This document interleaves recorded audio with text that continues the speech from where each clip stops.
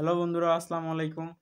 তো বন্ধুরা, আজকে একটা খুব সহজ বিষয় নিয়ে আলোচনা করব। সেই বিষয়টা হচ্ছে যে ইটের হিসাব।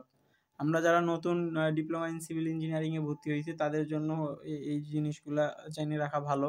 ইটের হিসাব, বালির হিসাব, সিমেন্টের হিসাব, রডের হিসাব, এগুলো আমাদেরকে সবসময় একজন ইঞ্জিনিয়ার হিসেবে জানতে হয়, মনে রাখতে হয়। যে কেউ এগুলা জিজ্ঞাসা করতে পারে।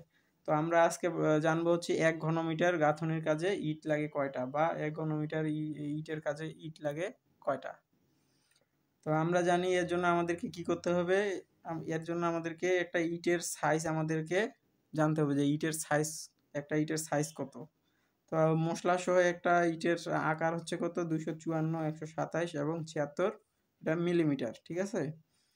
তো আমাদের যেহেতু এটা মিলিমিটারে আমরা ইটের আকারের হিসাব পাইছি, এবং হচ্ছে আমাদের এখানে কাজের আয়তন কত দেওয়া আছে, ১ ঘনমিটারে আছে। তো এই মিলিমিটারটাকে ঘনমিটার করার জন্য কি করছি, 1000 দিয়ে ভাগ করছি প্রত্যেকটাকে। 254 ভাগে 1000, 127 ভাগে 1000, 76 ভাগে 1000 করে কত আসছে, 0.254, 0.127, 0.076। এটা আমরা কিসে পাইলাম, মিটারে পাইছি, মিটার, ঠিক আছে। ইটের আকারটাকে আমরা মিটারে নিলাম। এখন হচ্ছে আমাদের সূত্র, যেটা আমাদের ইটের হিসাব বাইর করার জন্য লাগে, সেটা হচ্ছে আমাদের মনে রাখতে হবে যে কাজের আয়তনটাকে আমাদেরকে কি করতে হবে, একটা ইটের আয়তন দিয়ে ভাগ করতে হবে। কাজের আয়তন ভাগ ইটের আয়তন, ঠিক আছে। কাজের আয়তন আমাদের কত আমরা আছে, ১ ঘনমিটার, প্রশ্নে দেওয়া আছে ১ ঘনমিটার, ঠিক আছে। এই জন্য আমরা ১ বসাইছি। আর আমাদের ইটের আয়তন কত, ইটের আয়তন হচ্ছে এই যে ইটের আকারটা আছে না, এইগুলাকে যদি আমরা গুণ করি তাইলে হচ্ছে ইটের আয়তন হয় একটা ইটের।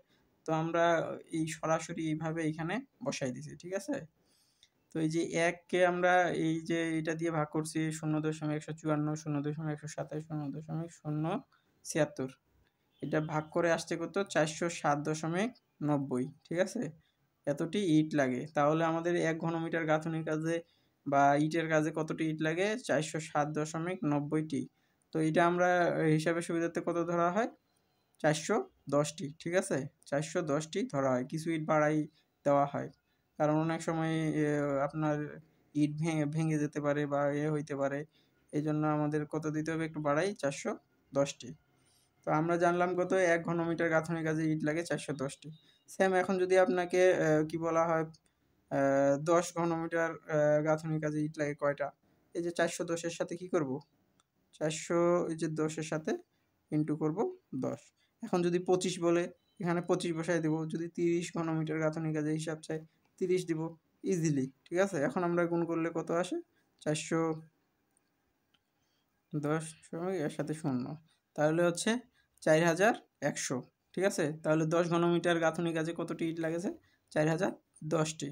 এবং 1 ঘনমিটার 4100টি, 4100টি, সরি 4100টি। এবং হচ্ছে 1 ঘনমিটার গাঁথুনির কাজে ইট লাগে 410টি, ঠিক আছে, এই যে 410টি।